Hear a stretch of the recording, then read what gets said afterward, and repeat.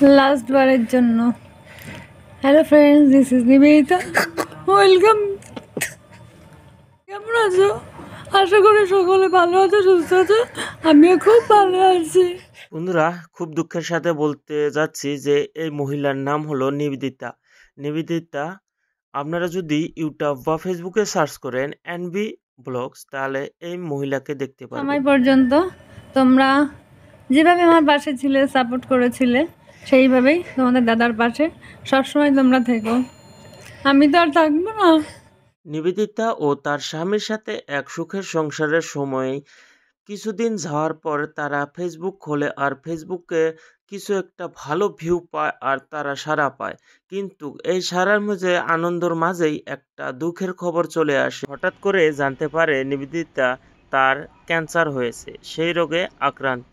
Cancer মানেই মারাত্মক এক বেমার, যার সাথে যুঝ করে অবশেষে নিবেদিতা সে বাঁচতে পারল না। কিন্তু তার আগে কিছু ভিডিও আমাদের জন্যে ছেড়ে গেছে, সেই ভিডিওগুলাই আপনাদের সাথে শেয়ার করছি। আমি তো থাকতে পারছি না, তো তোমরা কিন্তু তোমাদের দাদাকে ছেড়ে চলে যেও না। অবশ্যই তোমাদের দাদার পাশে থেকো, সাপোর্ট করতে থেকো। তোমাদের দাদার পাশে থাকলে আমি মনে করবো তোমরা সবাই আমার পাশে আছো। নিবেদিতার শেষকালে একটা ভিডিওতে বলে যায়, আমি তো আর থাকতে পারছি না তোমাদের সাথে। তো তোমরা যারা আমার ভিডিও রোজ দেখো, তোমরা সবে তোমার দাদার পাশেও আমার মতো করে থাকো, কারণ আমাকে যেরকম ভালোবাসতে সেই রকম ভালোবাসা তোমাদের দাদাকেও দিও। এর উপরেও কিছু কথা বল। এরকম বসে কোলে ছাড়া শুতে পারছে না, এমনি নিচে শুতে পারছে না, আর বেড উঁচু করেও শুতে পারছে না। একবার বৌদি কোলে নিয়ে শোয়াচ্ছে, একবার আমার কোলে নিয়ে শোয়াতে হচ্ছে। সারা রাত শুতে পারছে না। এ বলো, এইভাবে না রাখলে শুতে। যখন নিবেদিতা হসপিটালে থাকে তখন তার খুব একটা দুরবস্থা হয়, কারণ সে চলতে পারছিল না, কথা বলতে পারছিল না, কথা বললে শ্বাসের কষ্ট হতো। কিন্তু তার পাশে থাকতো তার একজন প্রিয়জন, যাকে সে ভালোবাসতো। সবসময় কাছে পাওয়াতে নিবেদিতা খুব একটা সুখে আছিল।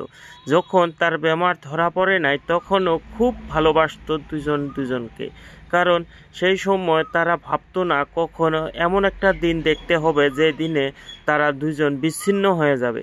কিন্তু নিয়তির খেলা দেখেন, একটা এমন সময় আসে যখন তারা সেটেল হয়ে পড়ে, তখনই এই ধরনের একটা সময় আসে যেই সময়ে তাদের দুজনকে বিচ্ছিন্ন হতে হয়। কিন্তু তাও হার না মানা এই দুই দম্পতি কিন্তু খুব কষ্টের মাঝে দিন পার করত। আর যখন অবধি এই হসপিটালে রয়েছিল তখন অবধি তার খাওয়া দাওয়া সব দিকে ধ্যান রাখা, ওষুধ খাওয়া, সব কিছুই দেখা সাক্ষাৎ করছিল তার স্বামী নিজে। কারণ এই ভিডিওটা দেখার পরেও আমি একদম অবাক, কারণ এই ধরনের ভালোবাসা সবসময় দেখা যায় না, কিন্তু ফেসবুকের মাধ্যমে এই ভিডিওটা পাই আমি শেয়ার করলাম। বন্ধুরা,